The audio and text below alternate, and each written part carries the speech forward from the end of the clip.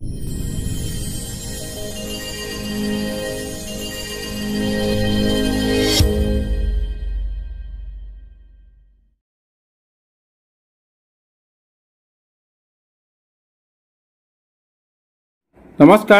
আজি আমি ভাৰতীয় ৰাজনৈতিক ব্যৱস্থা ইণ্ডিয়ান পলাইটিৰ ওপৰত কিছুমান এমচিকিউ অনাৰ কাৰণে প্ৰয়াস কৰিছো ইণ্ডিয়ান পলাইটিৰ ওপৰত আমি কেইবাটাও খণ্ড কৰিম তাৰে ভিতৰত আজি প্ৰথম খণ্ডটি আপোনালোকলৈ আগবঢ়ালো ইয়াতে আমি আপোনালোকৰ বাবে 20টা এমচিকিউ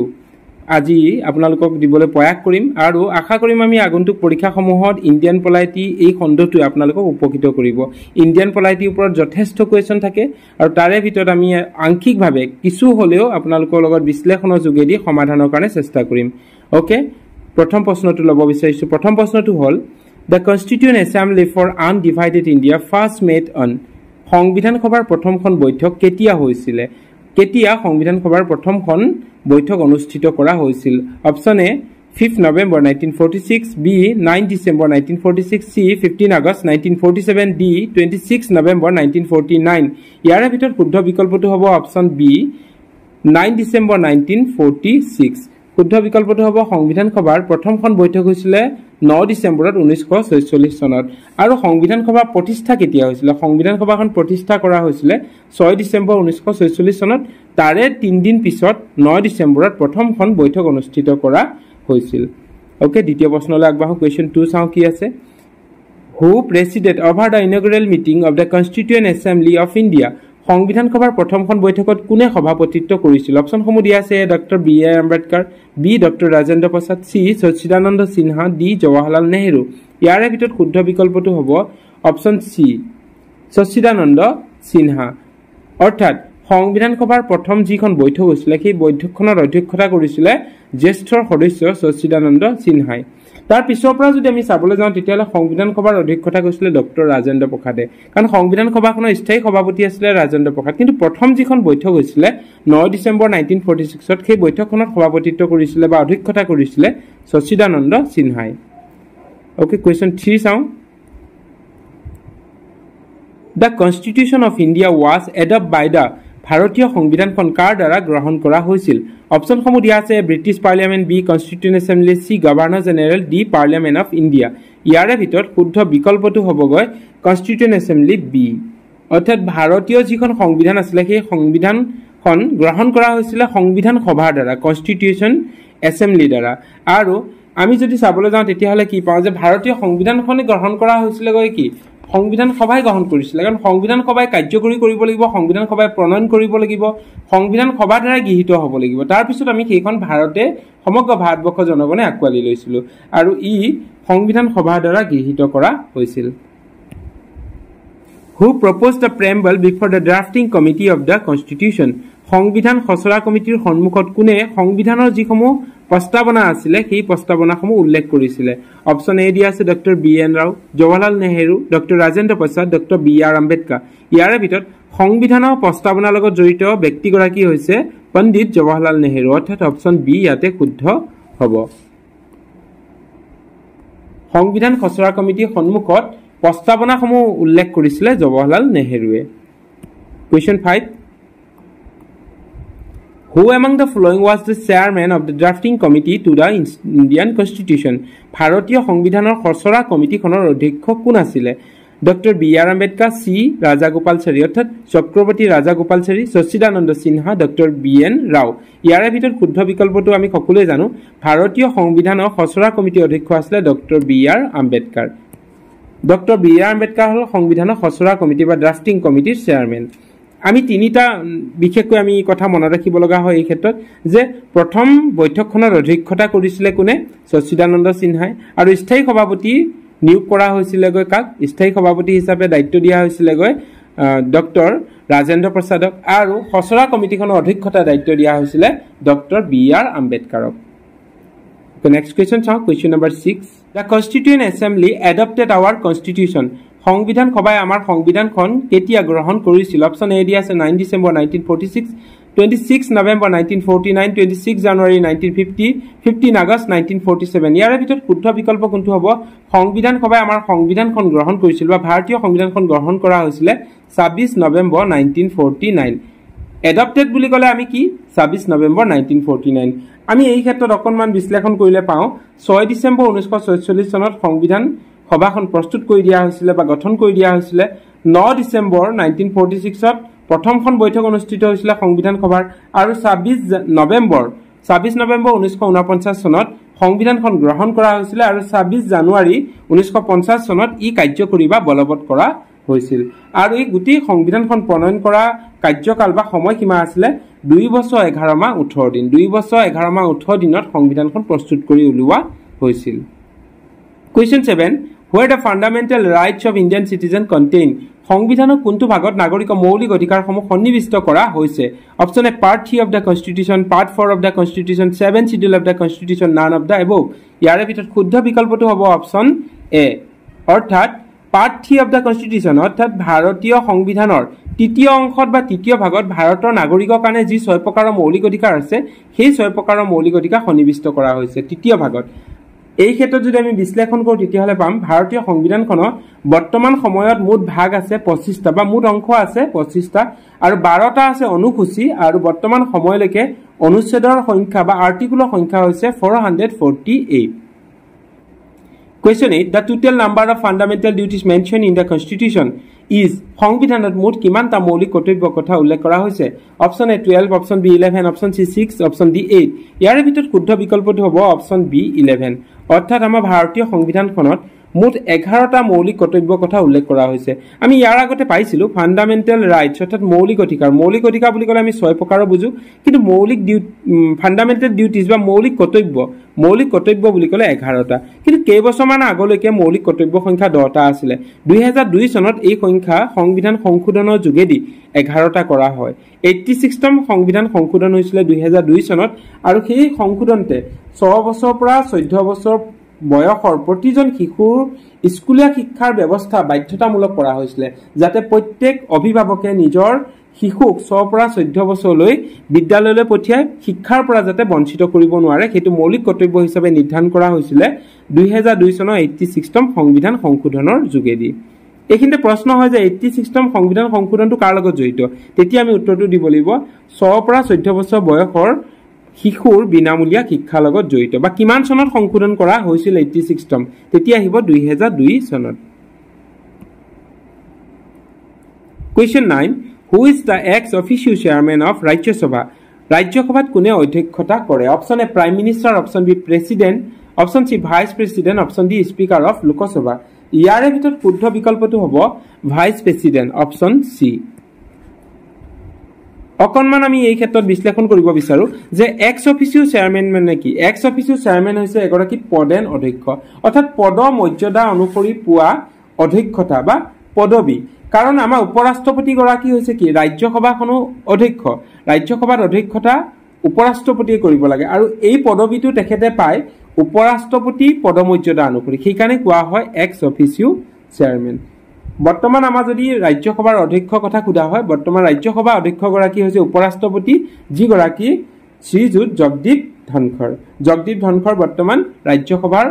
অধ্যক্ষ লগতে উপৰাষ্ট্ৰপতি কাৰণ তেওঁ এক্স অফিচিও চেয়াৰম্যান অৰ্থাৎ পদ মৰ্যাদা বা পদবী মৰ্যাদা অনুসৰি ৰাজ্যসভাত উপৰাষ্ট্ৰপতিয়ে অধ্যক্ষতা কৰে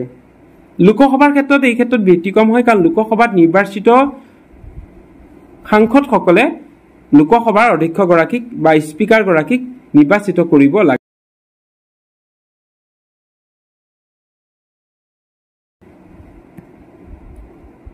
Question 10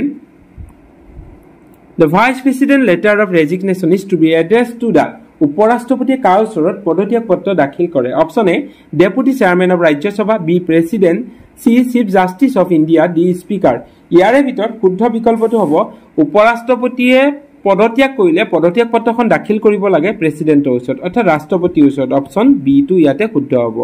একেদৰে ৰাষ্ট্ৰপতি গৰাকীয়ে যদি পদত্যাগ কৰিব বিচাৰে তেতিয়াহলে উপৰাষ্ট্ৰপতিৰ হাতত পদত্যাগ পত্ৰ দাখিল কৰিব লাগে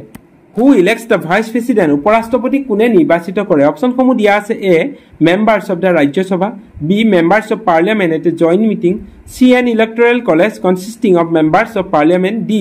members of the Lok Sabha ইয়াৰে শুদ্ধ বিকল্পটো হ'ব option C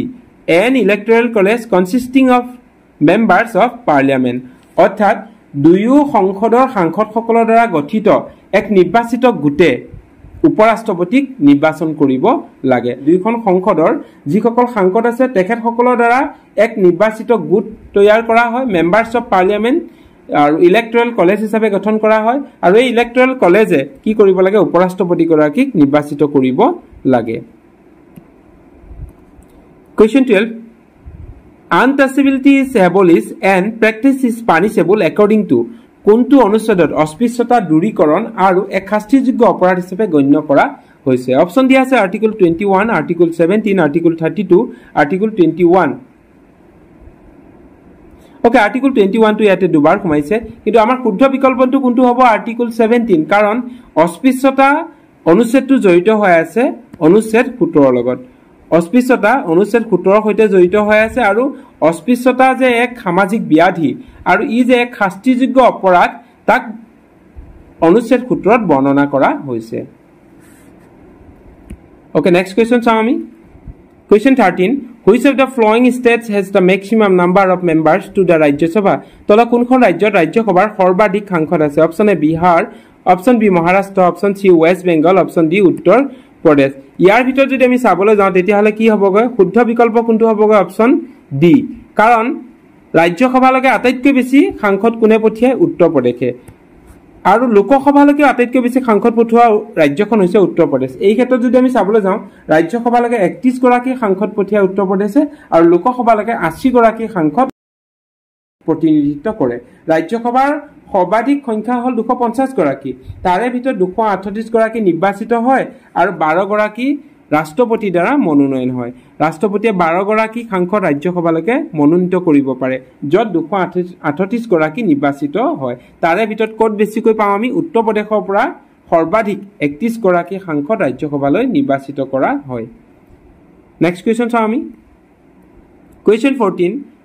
How many members of the Rajya Sabha are nominated by the President of India? ইতিমধ্যে প্ৰশ্নটো আমি আগৰ কোৱেশ্চনটো অকণমান বিশ্লেষণ কৰিছো ৰাষ্ট্ৰপতিয়ে ৰাজ্য সভালৈ কিমানজন সাংসদ মনোনীত কৰিব পাৰে option A 10 option B 11 option C 12 option D 13 আশা কৰিম আপোনালোকে কমেন্ট সেকশনত উত্তৰটো জনাব সকলোৱে কমেন্ট সেকশনত দিব যে কিমানজন সাংসদ ৰাজ্য সভালৈকে ৰাষ্ট্ৰপতিয়ে মনোনীত কৰিব পাৰে ওকে নেক্সট কোৱেশ্চন আমি question 15 The maximum number of representatives of state in Lok Sabha is লোকসভাত ৰাজ্যসমূহৰ সৰ্বোচ্চ প্ৰতিনিধি সংখ্যা কিমান option A 530 option B 532 option C 545 option D 552 ইয়াৰে ভিতৰত শুদ্ধ বিকল্প কোনটো হ'ব শুদ্ধ বিকল্প হ'ব অপচন এ 530 অকণমান বিশ্লেষণ যদি কৰো আমি তেতিয়া হলে ইয়াতে কি পামগৈ যে যিমানসমূহ ৰাজ্য আছে এই আটাইসমূহ ৰাজ্য মিলি ভাৰতৰ গোটেই ৰাজ্যসমূহৰ পৰা নিৰ্বাচিত প্ৰতিনিধি হৈছে লোকসভালৈকে কিমান 530 গৰাকী আৰু মুঠ সদস্য সংখ্যা যদি আমাক সোধে তেতিয়া হলে সৰ্বাধিক সংখ্যা হ'ব পাৰে লোকসভাৰ কাৰণে 552 গৰাকী কিন্তু তাৰে ভিতৰত 530 গৰাকী কৰ পৰা হয় ৰাজ্যসমূহৰ পৰা হয় আৰু 20 গৰাকী হয় যিসমূহ আমাৰ কেন্দ্ৰীয় শাসিত অঞ্চল আছে সেই অঞ্চলসমূহৰ পৰা 20 গৰাকী সাংসদ নিৰ্বাচিত হৈ যায় আৰু যি দুগৰাকী থাকিলে সেই দুগৰাকী ৰাষ্ট্ৰপতিয়ে মনোনীত কৰিব পাৰে ৰাজ্য সভালৈকে ৰাষ্ট্ৰপতিয়ে 12 গৰাকীক যেনেদৰে মনোনয়ন কৰে তেনেদৰে লোকসভালৈকে দুগৰাকী সাংসদ ৰাষ্ট্ৰপতিৰ দ্বাৰা মনোনীত হয় মুঠ আমি 552 গৰাকী সাংসদ লোকসভাত পাওঁ আৰু বৰ্তমান সময়ত ইয়াৰ সংখ্যা হৈছে গৈ 545 জন তাৰে 543 জন নিৰ্বাচিত সাংসদ আৰু দুজন ৰাষ্ট্ৰপতিৰ দ্বাৰা অৰ্থাৎ বৰ্তমান সাংসদৰ সংখ্যা হৈছে গৈ কিমান 545 গৰাকী কিন্তু আমাক যদি কোতে সৰ্বোচ্চ সংখ্যা কিমান হ'ব পাৰে তেতিয়া হ'ব 552 গৰাকী The next question sound The Rajya Sabha can be dissolved by Rajya Sabha bhanga ঘোষণা কোনে কৰিব পাৰে option A Lok Sabha option B president option C vice president of India none of the above ইয়াৰে ভিতৰত অপচন ডি শুদ্ধ হ'ব কাৰণ ৰাজ্য সভাখন ভংগ নহয় ৰাজ্য সভাখন এখন স্থায়ী সংসদ আমাৰ সংসদ দুখন হৈছে কি লোকসভা আৰু ৰাজ্য সভা উচ্চ সদন আৰু নিম্ন সদন তাৰে উচ্চ সদন কেতিয়াও ভংগ নহয় কাৰণ প্ৰতি 2 বছৰৰ মূৰে মূৰে 1/3 সাংসদে বা সদস্যই অৱসৰ গ্ৰহণ কৰিব লাগে আৰু নতুন সদস্যই শপত গ্ৰহণ কৰে কিন্তু আমি যদি চাওঁ লোকসভাৰ ক্ষেত্ৰত লোকসভাখন ৰাষ্ট্ৰপতিয়ে যিকোনো সময়ত ভংগ ঘোষণা কৰিব পাৰে কিন্তু ৰাজ্য সভাখন স্থায়ী সংসদ যাক ভংগ ঘোষণা কৰিব নোৱাৰে আৰু ইয়াৰ কাৰ্যকাল হৈছে লোকসভাত 5 বছৰ কিন্তু ৰাজ্য সভাত কাৰ্যকাল হৈছে এজন সাংসদৰ কাৰণে 6 বছৰ Question 17. The time gap between two sessions of the parliament should not exceed সংসদৰ দুখন অধিৱেশনৰ মাজৰ সময় অধিকতম ব্যৱধান কিমান হ'ব লাগে এই ক্ষেত্ৰত যদি আমি চাবলৈ যাওঁ তেতিয়া অপচনসমূহ দিয়া আছে আমাক কি A 3 month B 6 month C 9 month D 12 month ইয়াৰ শুদ্ধ বিকল্পটো হ'ব অপচন B 6 month অৰ্থাৎ ভাৰতীয় যি সংসদ আছে উচ্চ সদন বা নিম্ন সদন লোকসভা বা ৰাজ্যসভাৰ এই সংসদ দুখনৰ যেতিয়া অধিৱেশন হয় এখন অধিৱেশনৰ পৰা আন এখন অধিৱেশনলৈ অধিকতম ব্যৱধান 6 মাহ হ'ব পাৰে 6 মাহতকৈ বেছি হ'ব নোৱাৰে 6 মাহৰ ভিতৰত পুনৰ অধিৱেশন পতাটো বা পুনৰ অধিৱেশন অনুষ্ঠিত কৰাটো আমাৰ সংসদত ভাৰতীয় সংসদীয় ব্যৱস্থাত উল্লেখ আছে ভাৰতীয় সংসদত তাৰ বিষয় বা ভাৰতীয় আমাৰ যিখন সংবিধান আছে ভাৰতীয় সংসদীয় ব্যৱস্থাত তাৰ উল্লেখ কৰা হৈছে Question 18 1/3 of the members of the Rajya Sabha retire after every Rajya Sabhar 1/3 সদস্যই কিমান দিনৰ মূৰে মূৰে অৱসৰ গ্ৰহণ কৰে option A 1 year option B second year option C third year option D fifth year ইয়াৰ ভিতৰত শুদ্ধ বিকল্প কোনটো হ'ব অপচন বি হ'ব সেকেন্ড ইয়াৰ কাৰণ প্ৰতি 2 বছৰ মূৰে মূৰে ৰাজ্য সভাৰ সাংসদসকলে অৱসৰ গ্ৰহণ কৰে আৰু নতুন সদস্যই শপত গ্ৰহণ কৰে সেই কাৰণে ৰাজ্য সভাখন এখন স্থায়ী সংসদ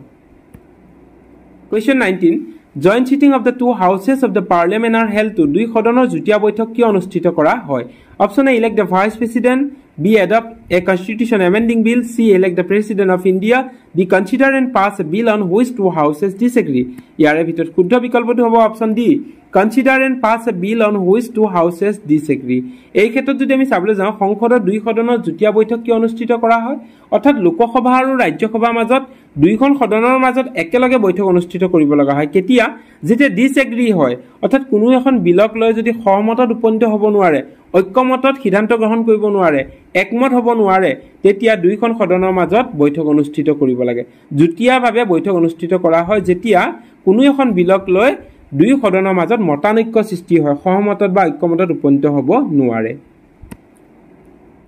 Question 20 Joint sitting of the both the houses is chaired by the দুই সদনৰ যুটীয়া বৈঠকত কোনে সভাপতিত্ব কৰে option A president of India option B vice president of India option C prime minister of India option D speaker of Lok Sabha এই ক্ষেত্ৰত শুদ্ধ বিকল্প কোনটো হ'ব শুদ্ধ বিকল্পটো হ'ব গৈ option D speaker of Lok Sabha অকনমান যদি আমি বিশ্লেষণ কৰো তেতিয়া হলে যুটীয়া বৈঠক মানে কি যুটীয়া বৈঠক হৈছে লোকসভা আৰু ৰাজ্যসভাৰ মাজত সমূহীয়াভাৱে দুইখনকো একেলগ কৰি পতা বৈঠক আৰু এই বৈঠকখন কিয় অনুষ্ঠিত কৰে আমি আগৰ প্ৰশ্নটো আলোচনা কৰিছো যে যেতিয়া কোনো এখন বিলক লৈ ঐক্যমতত উপনীত হ'ব নোৱাৰে তেতিয়া দুইখন সদনক একেলগ কৰি যুটীয়া বৈঠক অনুষ্ঠিত কৰা হয় আৰু এই যুটীয়া বৈঠকখনত সভাপতিত্ব কৰিব লাগে লোকসভাৰ অধ্যক্ষ গৰাকীয়ে স্পিকাৰ অফ লোকসভা